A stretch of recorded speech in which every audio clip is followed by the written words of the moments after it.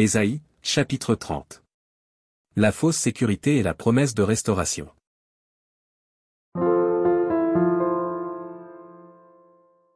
Malheur, dit l'Éternel, aux enfants rebelles, qui prennent des résolutions sans moi, et qui font des alliances sans ma volonté, pour accumuler péché sur péché. Qui descendent en Égypte sans me consulter, pour se réfugier sous la protection de Pharaon, et chercher un abri sous l'ombre de l'Égypte.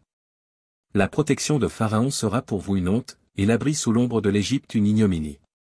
Déjà ses princes sont à Tsoan, et ses envoyés ont atteint Anès. Tous seront confus au sujet d'un peuple qui ne leur sera point utile, ni pour les secourir, ni pour les aider, mais qui fera leur honte et leur opprobre.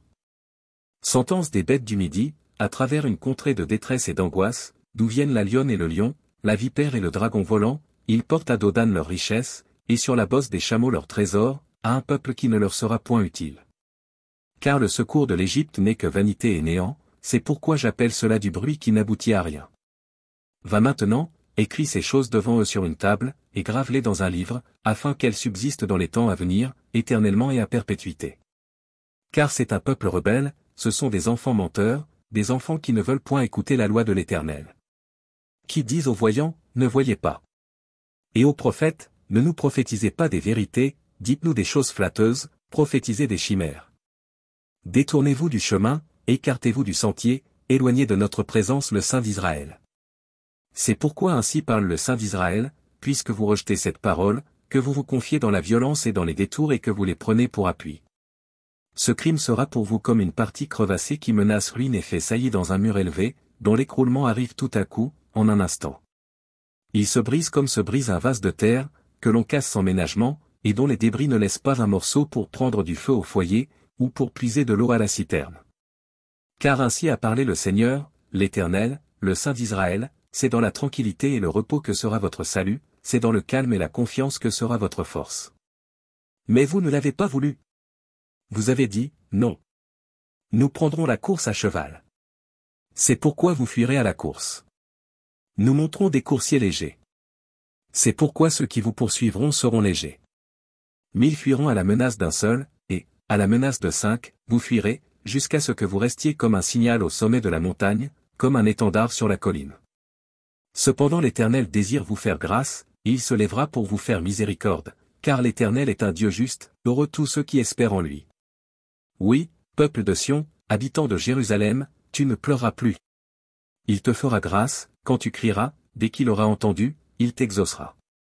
Le Seigneur vous donnera du pain dans l'angoisse, et de l'eau dans la détresse, ceux qui t'instruisent ne se cacheront plus, mais tes yeux verront ceux qui t'instruisent. Tes oreilles entendront derrière toi la voix qui dira, voici le chemin, marchez Y. Car vous iriez à droite, ou vous iriez à gauche. Vous tiendrez pour souiller l'argent qui recouvre vos idoles, et l'or dont elles sont revêtues, tu en disperseras les débris comme une impureté, hors d'ici.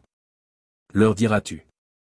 Alors il répandra la pluie sur la semence que tu auras mise en terre, et le pain que produira la terre sera savoureux et nourrissant, en ce même temps, tes troupeaux paîtront dans de vastes pâturages. Les bœufs et les ânes, qui labourent la terre, mangeront un fourrage salé, qu'on aura vanné avec la pelle et le vanne. Sur toute haute montagne et sur toute colline élevée, il y aura des ruisseaux, des courants d'eau, au jour du grand carnage, à la chute des tours. La lumière de la lune sera comme la lumière du soleil, et la lumière du soleil sera 7 fois plus grande, comme la lumière de 7 jours, lorsque l'Éternel bandera la blessure de son peuple, et qu'il guérira la plaie de ses coups. Voici, le nom de l'Éternel vient de loin, sa colère est ardente, c'est un violent incendie, ses lèvres sont pleines de fureur, et sa langue est comme un feu dévorant.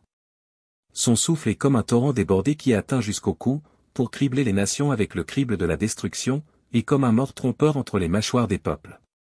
Vous chanterez comme la nuit où l'on célèbre la fête, vous aurez le cœur joyeux comme celui qui marche au son de la flûte, pour aller à la montagne de l'Éternel, vers le rocher d'Israël.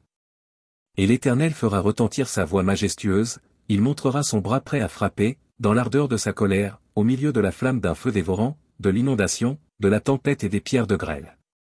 À la voix de l'Éternel, l'Assyrien tremblera, l'Éternel le frappera de sa verge.